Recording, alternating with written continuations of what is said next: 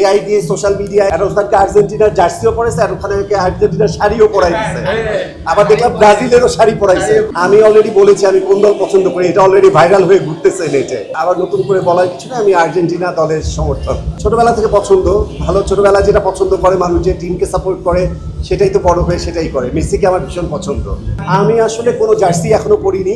AI দিয়ে social মিডিয়ায় জানে যে প্রত্যেকটা ঘটনায় আরফ খানকে ঢুকাতে হবে। আরফ খানকে আর্জেন্টিনার জার্সিও পরেছে আর ওখানে আর্জেন্টিনার শাড়িও পরাই দিচ্ছে।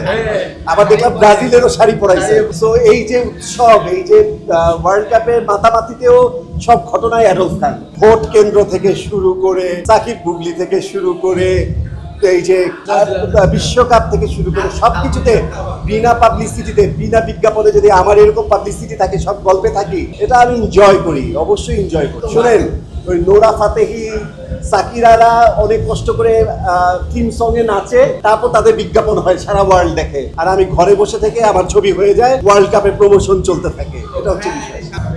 ফ্যামিলি, বন্ধু বান্ধব, আর যাদের সাথে বেশি ঝগড়া করি খেলোয়াড় দল নিয়ে, তাদের সাথে বসেই আসলে খেলার দেখার মজাটা বেশি তুমুল আকারে। একেবারে মানে রাজনৈতিক দলের যেভাবে ঝগড়াটা হয়, খেলাটা তার চেয়ে বেশি হয়। তবে এই ঝগড়াটা, এই যুদ্ধটা বেশ মজার। তবে আমি আমার সকল দর্শক, ভক্ত, শ্রোতাদের, যারা দেখে আমার ভিডিও, তাদের বলবো, খেলা করে অনেকেই অনেক সময় এই খেলার সিজনটাতে ফাইনাল পর্যন্ত অনেক রকম সেন্সিটিভ ইস্যু, মানে সুইসাইড করে ফেলে, একজন একজনকে মেরে ফেলে জার্সির জন্য।